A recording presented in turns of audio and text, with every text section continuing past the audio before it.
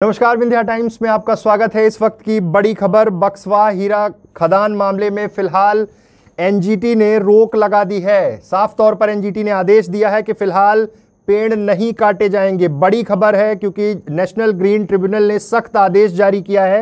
NGT ने कहा एक भी पेड़ तब कटे जब वन विभाग अनुमति दे, तब तक पेड़ों की कटाई पर रोक लग गई है। बड़ी खबर है क्योंकि आपको बता दें, लगातार सामाजिक संगठन बक्सवा और छतरपुर से जुड़े हुए जो तमाम संगठन हैं वो लगातार ये मांग उठा रहे थे कि लाखों पेड़ काटे जाएंगे इस खदान को चालू करने के लिए। और इस पर सीधे तौर पर एनजीटी में जो पिटीशन दायर की गई थी, एनजीटी से मांग की गई थी कि इस मामले पर दखल दे, और एनजीटी ने अब दखल दी है। एनजीटी ने साफ तौर पे कहा है कि बिना वन विभाग की अनुमति के किसी भी तरह से पेड़ नहीं काटे जाएंगे, गाइडलाइंस का पालन होना चाहिए। हालांकि इसके अगेंस्ट में कंपनी ने भी ये दलील दी है कि वो बाकायदे उससे दोगुना पेड़ लगाएंगे, लेकिन सवाल यही बार बार उठता है कि तमाम अलग अलग राज्यों में भी ये देखा गया है कि पहले पेड़ों की कटाई हो जाती है, खनन हो जाता है, लेकिन जो कमिटमेंट होते हैं, जो तमाम आदेश रहते हैं, उनको दरकिनार कर देती हैं कंपनियां। लेकिन इस बार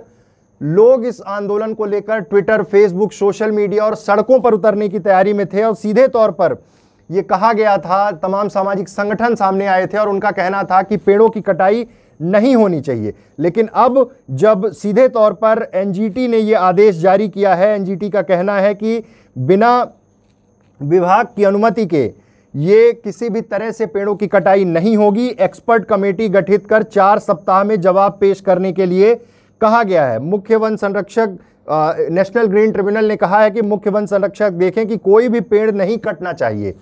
इसके लिए वन विभाग की अनुमति आवश्यक है। वन संरक्षण अधिनियम की धारा 2 में प्रदत्त गाइडलाइन का सख्ती से पालन किया जाना चाहिए। उन्होंने अपने आदेश में साफ तौर पे कहा कि जो याचिका मिली है उसके हिसाब से अगर इस इतने बड़े व्यापक पैमाने पर पेड़ों की कटाई होती है तो बहुत बुरी तरह से पूरा वेदर सिस्टम प्रभावित होगा।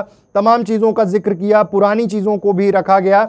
वहीं कंपनी ने सुनवाई के दौरान कहा कि मामले में पूर्व से सुप्रीम कोर्ट और हाई कोर्ट में केस लगा हुआ है। अब 2 केस एनजीटी में भी लगा दिया गया है। इस तरह केस लगाकर खनन कंपनी को अनावश्यक रूप से परेशान किया जा रहा है। ये कंपनी की ओर से वकील दलील दे रहे थे। उन्होंने ये भी कहा कि प्रोजेक्ट की ओर से एमपी शासन को 27 करोड़ से अधिक दे चुके हैं, वो राशि का भुगतान कर चुके हैं। माइनिंग विभाग अनुबंध से 3 साल के अंदर क्लियरेंस करा देगी। और ये जो पूरी कवायद है, जिस तरह से इस लड़ाई को आम लोगों ने सोशल मीडिया से लेकर खुद मोर्चा संभाला है, आम इंसान ने, वो सिर्फ यही है कि उस फॉरेस्ट रिजर्व एरिया को बचाने के लिए लोग खड़े हुए हैं।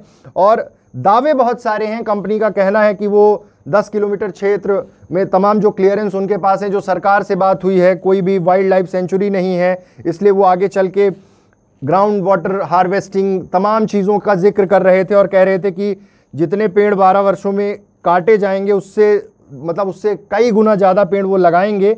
लेकिन ये सब चीज़ें कागज़ों में कई बार सीमित रह जाती हैं। इसलिए अभी फ़िलहाल एनजीटी का जो आदेश है वो राहत देने वाला है कि अभी बक्सवा के जंगलों पर कटाई नहीं होगी, वहाँ पेड़ नहीं काटे जाएंगे। 4 सप्ताह में कमेटी गठित कर रिपोर्ट पेश करनी होगी।